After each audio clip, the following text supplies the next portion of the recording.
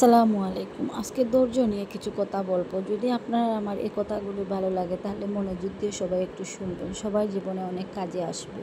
এই পৃথিবীতে অনেক খারাপ সময় আসবে, অনেক কঠিন সময় আসবে। অনেক কঠিন সময়ের মুখোমুখি আমাদের হতে হবে। অনেক খারাপ পরিস্থিতির সামনে আমাদের দাঁড়াতে হবে। কিন্তু এই প্রত্যেকটা মুহূর্ত, এই প্রত্যেকটা সময় আমাদের একটু ধৈর্য ধরতে হবে। হ্যাঁ, ধৈর্য ধরতেই হবে, কারণ ধৈর্যশীল ব্যক্তিদের জন্য রয়েছে সুসংবাদ। দেখুন, এমনটা নয় যে জীবনের প্রত্যেকটা মুহূর্ত আপনার ইচ্ছা চাহিদা অনুযায়ী চলবে। এমনটা নয় যে সব কিছু আমাদের মনের মতো হবে। কখনো কখনো আমাদের পরিস্থিতি আমাদের বিপক্ষেও যাবে। আর এই পরিস্থিতিগুলো আমাদের ধৈর্য ধরাটা অনেক অনেক বেশি গুরুত্বপূর্ণ। ধৈর্য এমন একটি গাছ, যে গাছের ছাড়া গায়ে কাটা, কিন্তু এই গাছের ফল অনেক বেশি সুস্বাদু। ধৈর্য ধরাটা হয়তো বা অনেক বেশি কঠিন, কিন্তু ধৈর্য ধরতে পারলে যে রেজাল্টটা, যে ফলটা আমরা পাবো সেটা অনেক বেশি সুস্বাদু। ধৈর্য সবাই ধরতে পারে না, এটা অনেক কঠিন, নিঃসন্দেহ অনেক কঠিন। কিন্তু যদি তুমি ধৈর্য ধারণ করাটা শিখে যাও তাহলে তোমার জীবনটা সুন্দর হতে বাধ্য। আপনি দেখেছেন হয়তো আমাদের নবী হযরত মুহাম্মদ সাল্লাল্লাহু আলাইহি সাল্লাম কতটা ধৈর্যশীল ছিলেন। নবী পাক সাল্লাল্লাহু আলাইহি সাল্লামকে কত কিছুই না মানুষ বলতো। কখনো গণক, কখনো কবি, কখনো পাগল, কখনো লেজ কাটা, কত কিছুই না বলতো। এই সমস্ত মুহূর্তে নিজের এগ্রেশন দেখাননি। তিনি সেই সমস্ত মুহূর্ত উত্তেজিত হয়ে যাননি। সেই সমস্ত মুহূর্তে তিনি ধৈর্যশীল ছিলেন। নিজের মাথাকে ঠান্ডা রেখেছিলেন। না জানি কত পরিকল্পনা করেছিলেন, না জানি কত ষড়যন্ত্র করেছিলেন, না জানি কতবার তানাকে হত্যা করার চেষ্টা করেছিলেন, কিন্তু এই প্রত্যেকটা পরিস্থিতিতে তিনি ধৈর্যশীল ছিলেন। আপনি দেখুন তার ফলস্বরূপ বরং আমাদের রব আমাদের নবী সাল্লাল্লাহু আলাইহি সাল্লামকে কত পুরস্কারে পুরস্কৃত করেছেন। তাই বলছে, মানুষ আপনাকে যাই বলুক না কেন, যতই সমালোচনা করুক না কেন, আপনি একটু চুপ থাকার চেষ্টা করুন, আপনি একটু ইগনোর করার চেষ্টা করুন।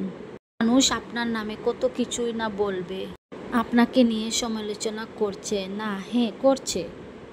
আপনার পিছনে অনেক সমালোচনা হচ্ছে, অনেক সময় আপনার কানেও সেগুলো আসছে, অনেক সময় আপনার সামনেও মানুষ আপনাকে উল্টাপাল্টা বলে, অনেক খারাপ কিছু বলছে, সেগুলো সত্যি, শুনতে আপনার খারাপ লাগে।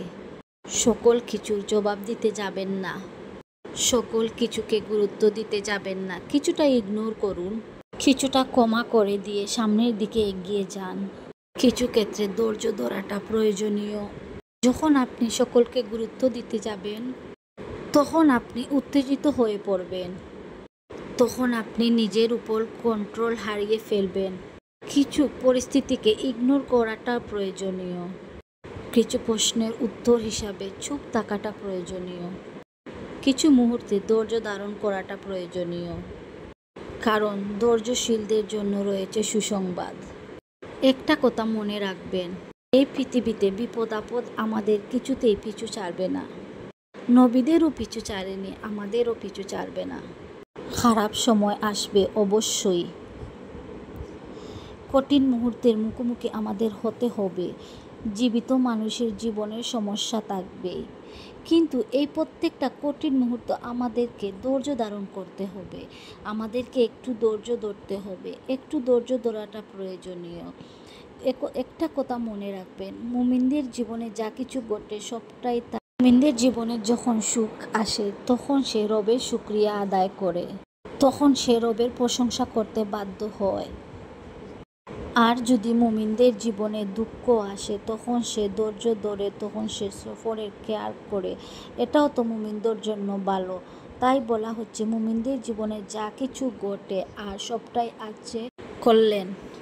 দেখুন, আমাদের জীবনেও তো দুটি পর্যায়ে আসতে পারে, শুধুমাত্র দুটি জিনিসই তো করতে পারে, যে হয় দুঃখ থাকবে না হলে সুখ থাকবে, আর আমরা আমাদের সুখের সময় শুকরিয়া আদায় করি, দুঃখের সময় ধৈর্য ধারণ করে সবর করি। আর যদি শুকরিয়া করাটা একটা এবাদত হয়, সবর করাটা একটা এবাদত হয়, তাহলে কি মনে হয় না যে আমাদের জীবনটা জুড়ে এবাদত? একজন প্রকৃত মুমিন তার দুঃখের সময়ে কিন্তু হতাশ হবে না। তার দুঃখের সময় সে কিন্তু টেনশন, মন খারাপ করে বসে থাকবে না, থাকা উচিত হবে না। কারণ তার রব, তার নবী এগুলো বলেন না। তার রব, তার নবী বলেন যে অবশ্যই খারাপ মুহূর্তগুলোকে, কঠিন মুহূর্তগুলোকে ধৈর্যশীল হতে হবে। আর আমরা যখন ভালো সময় কাটাবো তখন আমরা সহজ সময় কাটাবো। যখন আমরা জীবনে ভালো থাকবো তখন কি করতে হবে? শুকরিয়া আদায় করতে হবে। রবকে বলতে হবে যে আপনাকে কোটি কোটি শুকরিয়া, আপনাকে কোটি কোটি শুকরিয়া আমাকে ভালো রাখার জন্য। বিশ্বাস করুন, আপনি যদি ধৈর্য ধারণ করতে পারেন তাহলে আপনার জীবনটা অনেক সুন্দর হয়ে যাবে। আমার এই কথাগুলি যদি আপনাদের একটুকু ভালো লেগে থাকে তাহলে আমার পুরো ভিডিওটা দেখে কমেন্ট করবেন। আসলে এই ঘটনাগুলো আমাদের প্রত্যেকের জীবনে ঘটে। আমার জীবনে অনেক ঘটেছে, আমিও জীবনে অনেক ধৈর্য ধারণ করেছি। আজকে ধৈর্য ধারণ করার ফলে আমার জীবনটা অনেক বদলে গেছে। আলহামদুলিল্লাহ, আল্লাহর কাছে লাখ লাখ শুকরিয়া আদায় করে শেষ করা যাবে না যে আল্লাহ আমাকে এত সুন্দরভাবে এখন বাঁচতে দিয়েছেন, আমার জীবনটা এত সুন্দর করে রেখেছেন। তাই আল্লাহর দরবারে শত শত গুণ শুকরিয়া। আমি অনেক কঠিন সময় পার করে এসেছি, আমার জীবনে অনেক কঠিন সময় ছিল, সেই সময় আমি অনেক ধৈর্য ধারণ করেছিলাম। আজ ধৈর্যের ফল হিসাবে আমার জীবনটা অনেক সুন্দর হয়েছে। তাই মনে করলাম আপনাদের সাথে আমার জীবনের এই কথাগুলো শেয়ার করে, এবং ধৈর্য ধারণ করলে জীবনে আসলে প্রত্যেকটা মানুষের জীবন বদলে যায়। আর আমরা যদি কঠিন সময় ধৈর্য ধারণ না করে হতাশা হয়ে ঘুরি তাহলে আমাদের জীবনে সব কিছু বদলে যাবে এবং খারাপ সময় আসবে। আমরা ভালো সময়ের আর পথ দেখবো না, সব সময় খারাপ সময় দেখে যাব। আর আল্লাহকে বলবো, আল্লাহকে দুষবো যে আল্লাহ তুমি আমার জীবনটা বদলে দাও না কেন। কিন্তু আমরা নিজেরাই যদি একটু ধৈর্য ধারণ করে, মাথা ঠান্ডা করে, সব কথার উত্তর না দিয়ে ঠান্ডা হয়ে থাকি তাহলে আমাদের জীবনটা অনেক বদলে যাবে। আপনাদের আমার এই কথাগুলো যদি একটুকু ভালো লাগে তাহলে আমার সবগুলো ভিডিও আপনারা দেখবেন, আমার পাশে থাকবেন, আমাকে সাপোর্ট করবেন। অনেক অনেক ধন্যবাদ সবাইকে পুরো ভিডিওটা ধরে থাকার জন্য। আল্লাহ হাফিজ, আসসালামু আলাইকুম।